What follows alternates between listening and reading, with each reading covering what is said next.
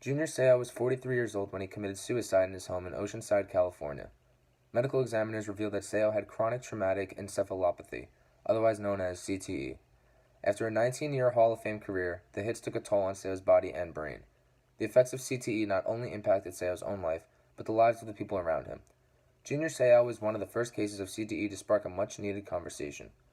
CTE can impact athletes playing as early as the high school level, and with the technology and knowledge available, it is more than possible to protect the athletes on the field.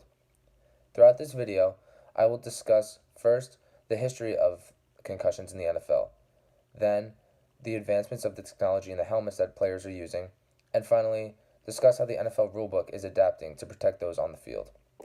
It is important to know the history of concussions to prevent the same mistakes from happening again. In 1994, the Mild Traumatic Brain Injury Committee is formed to assess dangerous hits happening in the NFL. The same year, the commissioner of the committee, Paul Tagliabue, makes a statement that concussions are part of the occupation, just an occupational risk. The committee that was put into place to help athletes openly comes out and makes a statement belittling what became known as the silent killer in the NFL.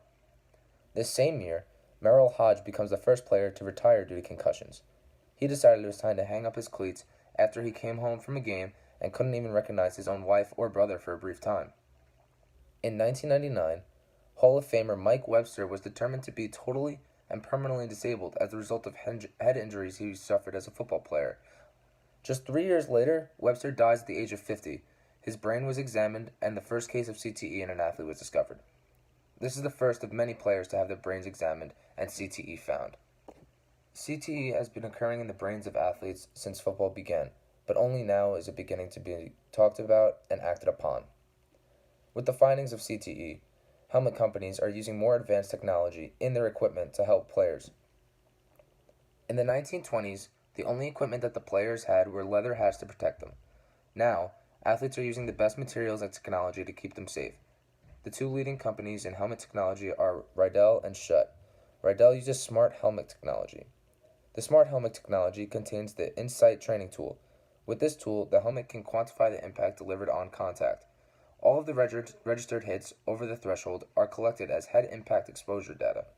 Then, in real time, the data is transmitted to an alert monitor on the sideline. This data allows coaches and personnel to act on potential damaging hits. With all of the data collected, the Insight training tool builds an individual player profile. Schutt's leading and most advanced model is the Vengeance Z10 model with a polycarbonate shell, titanium face mask, and thermoplastic urethane. Helmets made from polycarbonate are made from a strong and durable alloy, built to withstand the hardest hits that come with bigger and older players at a more advanced level of football. The titanium face mask is the game's most advanced face mask. Incredibly strong and ultra lightweight, it's up to 60% lighter than most traditional face masks. Originally introduced in 2003, thermoplastic urethane cushioning absorbs more impact across a wider variety of temperatures than any other helmet on the field, making it the game's most advanced impact absorption system. Within the last few years, the NFL has enforced rules to eliminate dangerous contact to a player's head. One of these penalties is a targeting call. The NFL rulebook states, "It is a foul if a player lowers his head to initiate and make contact with his helmet against an opponent. The player may be disqualified." Decreasing the amount of helmet-to-helmet hits is a big step to decreasing the amount of players found to have CTE. In addition to on-the-field penalties, the NFL has mandated a concussion protocol. A player is put into concussion protocol if the player exhibits or reports symptoms or signs of a concussion or nerve pinch injury. The player then must pass a sideline survey by the team physician. Then, if that exam is failed, the player must undergo a locker room exam, which includes a complete neurological exam before being determined whether or not he can return to play.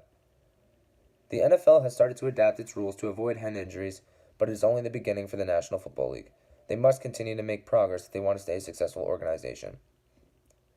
Throughout the history of the NFL, too many players have had CTE take over their lives. Using the technology available and adapting the rules to protect players will be necessary to maintain the safety of those who play the game in the future. It unfortunately took players such as Merrill Hodge, Mike Webster, and Junior Seau to reveal to the public the effects concussions have on the athletes. To protect the athletes of all ages going forward, helmet companies such as Schutt and Riddell have led the way with technological advancements. To complement the technology, the rule adaptations have made strides to protect from further injury. If these advancements were made years ago, when people were first made aware of the concussions, athletes like Junior Seau could have had a better chance at survival.